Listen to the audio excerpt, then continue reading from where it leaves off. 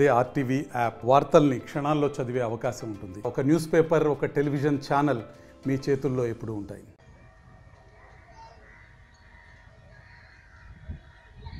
మీలాంటి వాళ్ళు మిగిలిన వాళ్ళందరికీ స్ఫూర్తినివ్వాలి. Congratulations, wonderful work, congrats, thank you. జరిగితే ఒంగోలు రాదని కడిగిరికి ఇచ్చారు. మనందరం గట్టి చప్పట్లు కొట్టాలా లేదా? అదే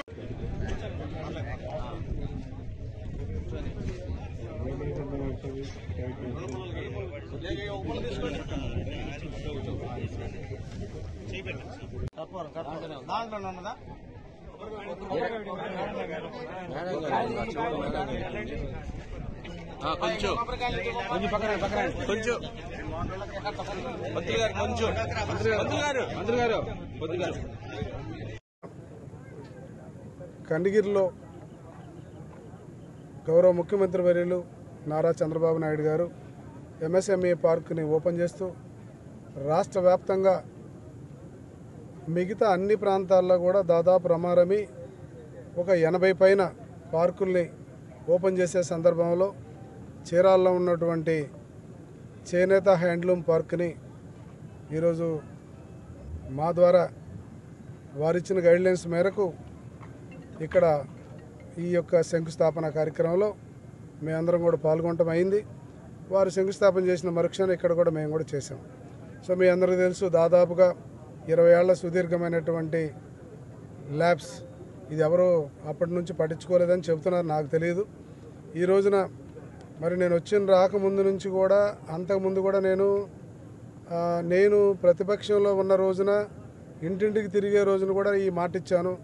ప్రభుత్వం వచ్చిన తర్వాత కూడా దీన్ని తీసుకురావడం అనేది జరిగింది. అప్పుడున్న కలెక్టర్ గారు మురళీ గారు దీన్ని ఎంఎస్ఎంఈ పార్క్ కింద తీసుకురావడం, ఈరోజు ఈ యొక్క పార్కు శంకుస్థాపన జరిగింది ఇక్కడ. అలాగే మీ అందరికీ తెలుసు, దాదాపు 25 ఏళ్ల సుదీర్ఘమైనటువంటి ఆటో నగర్ని కూడా చాలా చాకచక్యంగా దాని మీద ఉన్న ఇబ్బందులన్నింటినీ కూడా తప్పించి నేను ఎక్కడా కనపడలేదు.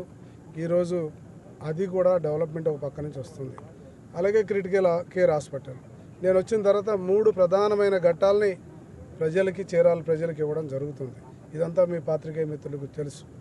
అయితే దీనివల్ల ఏంటి బెనిఫిట్ అంటే దాదాపు ఒక 200-300 మందికి మాస్టర్ వేవర్స్ కానీ లేదా పెట్టుబడి పెట్టుకొని ఒక ఇండస్ట్రీని పెట్టుకోగలిగినటువంటి పరిస్థితి వస్తే రమారమి ప్రత్యక్షంగా పరోక్షంగా ఈ పార్కు ద్వారా 3000 మందికి ఉపాధి దొరికేటువంటి అవకాశం ఉంది. అట్లాగే ఈ యొక్క సేనేతపురి కాలనీ పక్కన ఉన్నటువంటి రాజు స్వగృహ ఇవన్నీ కూడా ఫిల్ అవుతాయి. ఈ ప్రాంతం అంతా కలకల్లాడుతుందని చెప్పేసి తెలియజేస్తున్నాను. అలాగే గౌరవ ముఖ్యమంత్రి గారు కూడా ఇవాళ పెద్ద ఎత్తున అన్ని ప్రాంతాల్లో వారు ప్రతి ఇంటికి ఒక ఎంటర్‌ప్రెన్యూర్ తయారు చేయాలన్నటువంటి సంకల్పంతో ముందుకెళ్తున్నాడు. కాబట్టి దాంట్లో మమ్మల్ని కూడా ప్రజాప్రతినిధులందరినీ భాగస్వాములు చేశారు. మరి గతంలో వారైతే ప్రతి ఇంట్లో ఒక ఐటీ విద్యార్థి ఉండాలని కోరుకున్నారు. తెలుగులో న్యూస్ కి ఫాస్టెస్ట్ యాప్ ఇప్పుడు టోటల్లీ న్యూ అవతార్లో జస్ట్ 5 సెకండ్స్ లో కంప్లీట్ న్యూస్. సోషల్ మీడియాలో ట్రెండ్స్ కి one stop solution. Live TV app voice search option తో ఇప్పుడే డౌన్లోడ్ చేయండి లేదా అప్డేట్ అయిపోండి. యాప్ లింక్ డిస్క్రిప్షన్ లో ఉంది.